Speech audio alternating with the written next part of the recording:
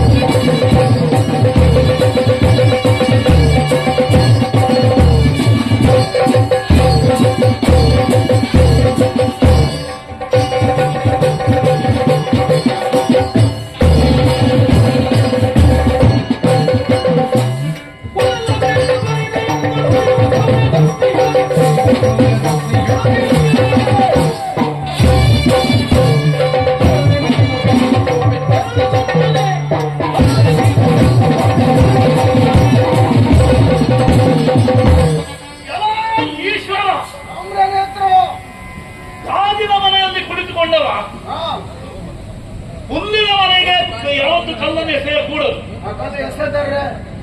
ಆಗ ಮನೆಗೆ ಪುಡಿ ಪುಡಿಯಾಗಿ ಹೋದಿತ್ತು, ಎದುರಿನಿಂದ ಕಲ್ಲು ಬಂದು ಬಿದ್ದಿತ್ತು. ತನ್ನಲ್ಲೇ ಎಲ್ಲ ಅಪಸವ್ಯಗಳನ್ನು ಇಟ್ಟುಕೊಂಡ ನೀನು ಲೋಕದ ಅಪಸವ್ಯವನ್ನು ತಿದ್ದುದಕ್ಕಂತ ಹೊರಟಿಯ. ಯಾವುದು ಅಪಸವ್ಯವ? ನೀನು ಏನೋ ಅಂತಿದ್ದೀಯ. ಎಲ್ಲರಿಗೆ 2 ಕಣ್ಣುಗಳಾದ್ರೆ ನಿನಗೆ ವಿಕೃತಿ 3 ಕಣ್ಣುಗಳು. ಅಪಸವ್ಯ ಮತ್ತೆ ಹಾಗೆ ಎಲ್ಲರಿಗೂ 3 ಕಣ್ಣಿದ್ರೆ ಸರಿ ಆಗ್ತದೆ. 3 ಕಣ್ಣಿದ್ದವರಿಗೆಲ್ಲ ಯೋಗ್ಯತೆ ಬರುವುದು ಅಂತಾದ್ರೆ ತೆಂಗಿನಕಾಯಿಗೂ ಬರ್ಬೇಕು, ಅದಕ್ಕೂ ಮುಖಾನೆ ಆಲೋಚನೆ ಮಾಡಿದ್ರೆ ಸ್ವಲ್ಪ ಮಟ್ಟಿಗೆ ನೀನಾಗಬಹುದು. ಹೇಗೆ? ತೆಂಗಿನಕಾಯಿ ಹಾಗೆ ಹೇಗೆ ಅಷ್ಟಕ್ಕೆ ಜೀವಿತ ಬಿಟ್ಟರೆ ಮತ್ತೆ ಮುಕ್ಕಳಾಗುವುದಕ್ಕೆ ಸಾಧ್ಯ ಇಲ್ಲ. ಉಳಿದವರು ಸರಿಯಾದ ದಿರಿಸುಗಳನ್ನು ಧರಿಸಿಕೊಂಡ್ರೆ ನಿನಗೆ ಒಂದು ಪ್ರಾಣಿಯ ಚರ್ಮ ನಜಕರ್ಮ ತರಸಿ ಎಲ್ಲರೂ ಕಲಕಾಂಬರಗಳನ್ನು ಧರಿಸಿಕೊಂಡ್ರೆ ನಿನಗೇನದು ನಾಗಾಭರಣ. ಇದಕ್ಕೆ ಹೇಳುವುದು ನೀನು ಅಪಸವ್ಯಗಳ ಒಂದು ರಾಶಿ, ಅಪಸವ್ಯಗಳ ಮೊತ್ತ. ನೀನು ಲೋಕದ ಡೊಂಕನ್ನು ತಿದ್ದುವುದಕ್ಕೆ ಬರ್ತೀಯ. ಹೇಳಿಕೆಲ್ಲ ನಾವು ಅನ್ಯಾಯ ಮಾಡಿದ್ದೇವೆ ಅಂತ. ನಾವು ಯಾರಿಗೂ ಅನ್ಯಾಯ ಮಾಡಿದ್ದಿಲ್ಲ, ನಮ್ಮವರಿಗೆ ಒಳಿತನ್ನೇ ಮಾಡಿದ್ದೇವೆ. ಆಗುತ್ತದೆ, ಎಲ್ಲರಿಗೂ ಒಳಿತಾಗಬೇಕು. ಈಗ ಧರ್ಮಕ್ಕೆ ಮುಕ್ತಕ್ಕೆ ಭಿನ್ನಾಣಿ ಅನ್ನೋ ಮಾತು ನಿನಗೆ ಗೊತ್ತಿರಬೇಕು. ಧರ್ಮಕ್ಕೆ ಹಲವು ಮುಖಂಡು ಇರ್ತವೆ. ನಾವು ಧರ್ಮ ಮಾರ್ಗದಲ್ಲಿ ಚಲಿಸುವುದು, ನಮ್ಮವರಿಗೆಲ್ಲ ಒಳಿತಾಗುವುದು, ಅದು ನಿಮಗೆ ಆಗುವುದಿಲ್ಲ, ನಿಮಗೆ ಕೆಡುಕುಂಟಾಗುತ್ತದೆ. ಒಂದು ಉದಾಹರಣೆ ಹೇಳ್ತೇನೆ.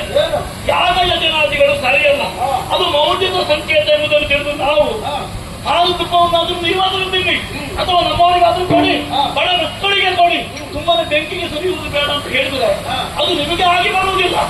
ಇಂಥದ್ದನ್ನೇ ಮಾಡಿದ್ರೆ ಮಾಡಬಾರದು, ಮಾಡಿದ್ರೆ ಆಗಬಾರದು ಆಗುತ್ತದೆ. ಭಾರತವನ್ನು ವಿರೋಧಿಸಿದ್ರೆ ಈಗ ನೀನು ಬಂದೆ ಅಲ್ಲ, ನೀನು ಭಕ್ತರ ಬಾಳಿಗೆ ಮಾತ್ರ ಒಲಿಯುವಂತೆ, ಅವರ ಕಣ್ಣಿಗೆ ಮಾತ್ರ ದರ್ಶನ ಕೊಡುವವರಂತೆ. ನಾನು ನಿನ್ನ ಭಕ್ತನ ಯಾಕೆ ದರ್ಶನ ಕೊಟ್ಟೆ? ಪರಿಮಾಣ ಭಕ್ತರಿಗೆ ಗೊತ್ತಾಗುವುದಿಲ್ಲ. ಹೌದು, ತುಪ್ಪದ ಬೆಲೆ ಏನು, ತುಪ್ಪವನ್ನು ಹಾಕುವುದರಿಂದ ಏನಾಗುತ್ತದೆ, ಲೋಕಕ್ಕೆ ಒಳಿತಾಗ್ತದೆ ಕೆಡುಕಾಗ್ತದೆ ಎನ್ನುವುದು ನಿನ್ನಂತ ಅಲ್ಪಜ್ಞರಿಗೆ ಅರ್ಥ ಆಗುವುದಲ್ಲ, ಪೂರ್ಣ ಪ್ರಜ್ಞರಿಗೆ ಮಾತ್ರ ಅರ್ಥ ಆಗುವುದು. ನನಗೆ ಅದೇ ಅರ್ಥವಾಗುವುದು. ಸಾರ್ವತ್ರಿಕವಾದಂತಹ ಇಡೀ ಲೋಕಕ್ಕೆ ಯಾವುದು ಒಳಿತೋ ಅದೇ ಸರಿಯಾದದ್ದು ಅಂತ ಎಲ್ಲರೂ ಭಾವಿಸುವುದು. ಅಲ್ಲಿ ಒಬ್ಬರಿಗೆ ಒಳಿತಾದ್ರೆ ಆಗುವುದಿಲ್ಲ. ಅದೆಲ್ಲ ನಿಮ್ಮ ಭ್ರಮೆ. ನಾವು ವಾಸ್ತವ ಚಿಂತಕರು, ನಾವು ಅದನ್ನೇ ಚಿಂತನೆ ಮಾಡಿ ಮತ್ತವರಿಗೆ ಅದು ಚಿಂತನೆ ಇಡ್ತಾ ಇದ್ದೀರಿ. ಈಗ ನಮ್ಮವರನ್ನು ನೀವು ತರೆದಿದ್ದೀರಿ, ನಿಮ್ಮ ಪಕ್ಷದವರು ತರೆದಿದ್ದಾರೆ, ನಿನ್ನ ಗಣಗಳು. ನೀವು ಸರಿ ಇದ್ರೆ ಯಾವ ಕೆಲಸಕ್ಕೂ ನಾವು ನಾವು ಸರಿ ಇದ್ದೇವೆ. ಸರಿ ಆಗುವ ಸತ್ಯ ಅಲ್ಲ, ನಾವು ಸರಿಯೇ ಇದ್ದೇವೆ. ಸರಿ ಇದ್ದೆ ಅಂತ ತಿಳ್ಕೊಂಡಿದ್ದೀರಿ. ಆದ್ರೆ ಕೇವಲ ನಿಮ್ಗೆ ಮಾತ್ರ ಸರಿ ಇದ್ರೆ ಆಗುದಿಲ್ಲ, ಎಲ್ಲರಿಗೂ ಸರಿಯಾಗಿರ್ಬೇಕಾಗ್ತದೆ. ಹೌದಾ? ಮತ್ತವರ ಒಂದು ಕಡೆ ಕಸಿದುಕೊಂಡು ಮುಂದಾಗ್ತಾ ಇದ್ದೀರಲ್ಲ ನೀವು. ಈಗ ನಮ್ಮನ್ನು ತಿರುವುದಕ್ಕೆ ಬಂದಿಯಲ್ಲ, ಮೊದಲು ನಿನ್ನ ಸಂಸಾರವನ್ನು ಸರಿ ಮಾಡಿಕೊಡುವುದಕ್ಕೆ ನಿನಗಾಗಲಿಲ್ಲ. ಸಂಸಾರ